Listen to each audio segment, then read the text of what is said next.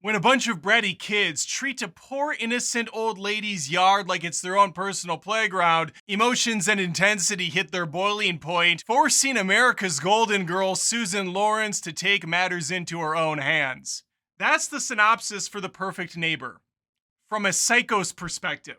No, actually, this dark, disturbing tale goes a completely different direction. Let's talk about the new docucrime on Netflix, The Perfect Neighbor. Now, even though we have fun here on Adam Does Movies, I'm Adam, I do the movies. The we is me and the audience. Hopefully have a good time.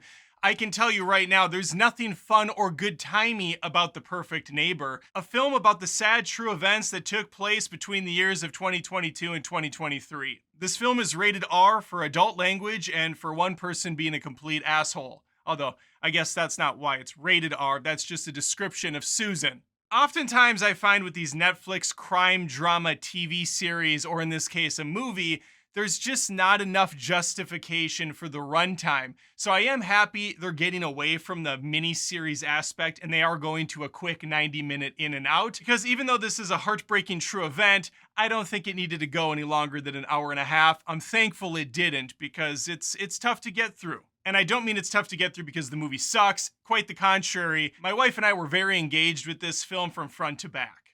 I'm going to refrain from spoilers in this review until possibly later. If I feel up to it, I'll let you know, hey, spoilers are coming. Maybe don't watch anymore. I went into this documentary, this crimementary, docucrime, whatever the fuck kids call it these days, with absolutely no information. I saw it was trending #1 on Netflix. I didn't watch the trailer.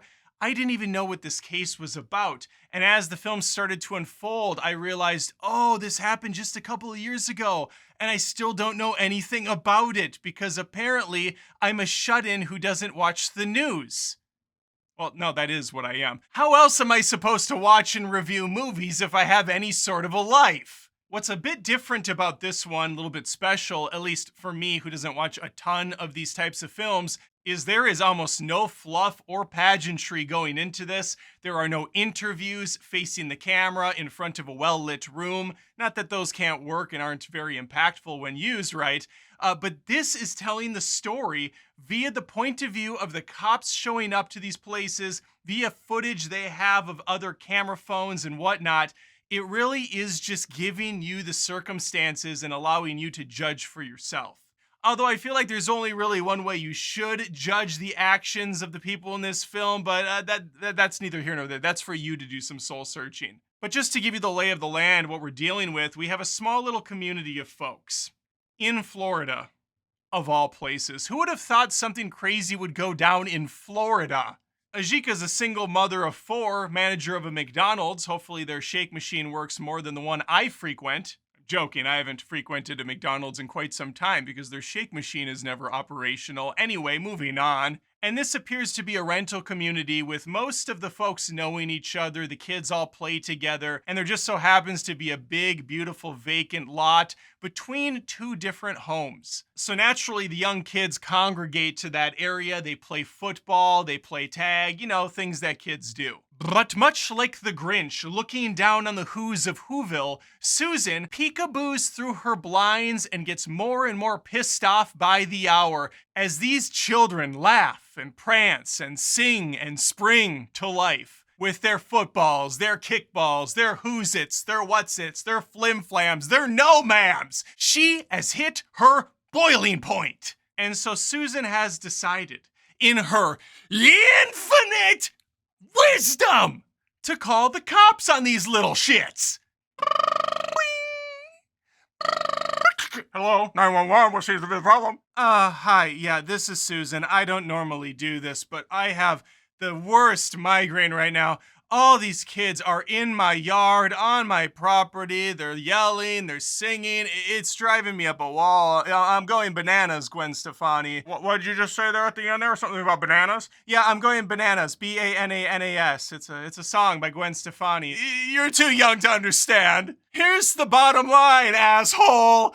Get someone down here and get these kids off my damn yard. Keep in mind, this is not Susan's yard. And Susan is completely fucking unhinged.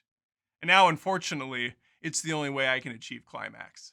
Now, some of you viewers watching right now that haven't seen the movie would go, well, oh, okay, well, what's the big deal? She called the cops once on these kids because she didn't understand that yard was free to play in, and then she's just old and losing it. No, she called the cops on these kids like a billion times. The cops were over there constantly. So often, I swear some of them had retired and new ones took over who didn't know what was going on, and the other ones had to fill them in. Like, oh yeah, Susan, yeah. This is classic. This is vintage Susan. And this situation doesn't last a day or a week or even a month. It lasts 6, 7, 8 months into the next year from 22 to 23. She even has the ovaries to call the cops on Christmas to rat these kids out. And all these kids are doing is being kids. They're having some fun. They might be laughing and talking a little too loudly, a little too unwieldy. That's what kids do, you dumb bitch. Anyway, I found this movie fascinating. It reminded me of old episodes of Cops because a lot of it's taken from the POV of the cop camera as they're like walking around using caution tape, and we see it like zzz. It's got a first person perspective, which is kind of cool when they like bring up a clipboard and you see the pen come out. It reminded me of playing GoldenEye back in the day. Except for they're doing incredibly boring things. I take joy in the little things in life. Try it sometime. Anyway, as I was saying, this movie's presented with no frills, no glamour, no glitz. It's really just in your face. It's almost more of a found footage movie with, ironically, less shaky cam. And much like any grand argument you get in with a neighbor, things keep escalating. And much like any grand fight with a neighbor over the years, this thing is going to push to the point of no return. And I suppose it could be very hard to watch for some people. Not me, because I've been dead inside for many years, so nothing really phases me anymore, even real things. I'm like, yep, another day at the races. But like I said, very well executed. It kept me hooked from front to back. Really nothing more to say. It's not like you can talk about the cinematography or the music because it's virtually non-existent. These are not professional camera operators, they're police officers. Although I will say, some of them are pretty good at holding that camera still on their vest. But there you have it, my thoughts on The Perfect Neighbor. If you're into these types of films, this one's definitely worth checking out. Let me know if you saw it in the comments below. All right, I want to get into some of the spoilers. Well, really just the one big one, and that is the fact that the mother of 4 with a baby at home is killed by Susan. Around the hour mark, it happens. Susan essentially baits the mom to come over. I believe her name is Ajike. Apologize if I got the pronunciation wrong. I am an idiot. So here's how this went down. Susan moves into this place. She's immediately annoyed by the neighbors, who just so happen to be a bunch of black kids. Now, I don't want to turn this into a race thing, but she calls them the N-word several times, and it seems pretty clear to me based on the footage I watched. Granted, she could just be an asshole and she's using the word as a weapon. In either case, I don't care. She's garbage. The movie does not go into her mental health, which clearly was not in a good state, because it does showcase how at a different point in this year, she found herself on the wrong side of a fence that was locked, and instead of like calling the cops the one time that she actually needed them, or the person that owns the establishment, she instead just rams the fence a bunch of times with her vehicle. But as I was saying, she baits the mother over because she yells at one of her kids, throws her son's skates at him, and steals his Kindle or iPad or whatever he had. The child says he's gonna get his mom, as they've been told to do because of all these altercations with this woman. And you must understand, this woman owns none of this property, but even if she did, the property line is basically the sidewalk to her house. Everything past that is open field. And whenever you see footage of these kids, they're still pretty damn far away from her house when they're playing. Susan responds to the child by saying, yeah, go ahead, get your mom. Ajike comes over, she starts knocking on the door, gets no response, so she starts knocking louder. This goes on for a minute or two. We don't know Ajike's point of view because she's shot and killed through the door of the house. Susan doesn't even have the nerve to open the door and do it to her face, instead shooting her through the door frame. As depressing as it is that these 4 kids lost their mother and that this woman lost her life, is the fact that even though all the cops that have been present in this matter over the course of the year have been very professional, have been very nice to the children, all essentially on their side every time one of these bullshit calls comes through. Once it gets to the higher ups and they have to determine whether or not Susan was at fault at this, they basically kick the can down the road for months. Susan is free to go. She's not in custody. She's not found guilty of any crimes because in Florida, of course, if you're on someone's property and they feel threatened by your presence, they can attack. They can straight up kill you. And Susan knew this. The police would eventually get access to her computer, find out that she's been researching the laws in Florida and what she could possibly get away with. Her story also did not add up at all when she was recounting it about how many minutes went by and she had time to go to the bathroom and do this and that, and nothing added up because this 10 to 15 minute span timeline that she thought she was on was actually 2 fucking minutes. From the time Ajike pulled up to the house to the time her life went out was only 2 minutes long. This documentary does not shy away from showing the reactions of the children. That's the hardest stuff to watch as cops are kind of surrounding these kids, learning of their mother's death. Then we see the ex-husband show up to be there for his kids. He learns about it. Then we have to see the mother learn about it.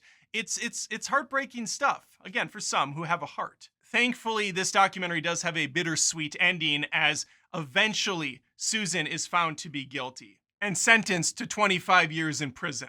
Unfortunately, actions have consequences, and murdering someone does not only take the life of that person, it can affect and potentially take the lives of the many people around her. All the while these folks are affected, crazy Susan is held up in a prison showing absolutely zero remorse for what she did, because based on the footage we have of her, she gives almost no reaction to the fact that she killed someone. She shows no remorse, no sympathy towards the kids, just all around an awful individual. And it just goes to show no matter how horrible movies try to portray monsters, we have plenty of examples of real life counterparts that put them to shame. All right, there you have it, my spoiler reaction to The Perfect Neighbor. It was a sad ride to go on for sure. Thankfully, there was justice at the end of the day, however you want to see it. Let me know again if you saw the movie. Please think of subbing to the show. Adam Does Movies on YouTube, Spotify, and Apple Podcasts. I post lots of movie reviews, not just the big ones. I try to hit the ones that come home to streaming as well, so that I can talk to folks at home too that maybe don't have the finances to go out to the movies or just don't want to because it's so overpriced now and not a lot of great stuff these days. All right, that's all I got. Hopefully I see you next time. Take care. Oh, wow, you're still here. Well, since I have you, maybe think about jumping by the old merch store, Adam Does Movies, and pick up one of these Adam Does Movies Halloween tees. It's got Jason on the cover there on the logo, a little Friday the 13th inspiration in time for the holidays. On top of that, maybe think about becoming a Patreon at patreon.com/Adam Does Movies to really help support this one-man band. And that way I can afford to actually put out some candy this year for the trick-or-treaters and not just an empty pumpkin with a sign that says "Take one only." Implying that some fat little crap took all of them and left right away. Okay, that's all I got. Take care.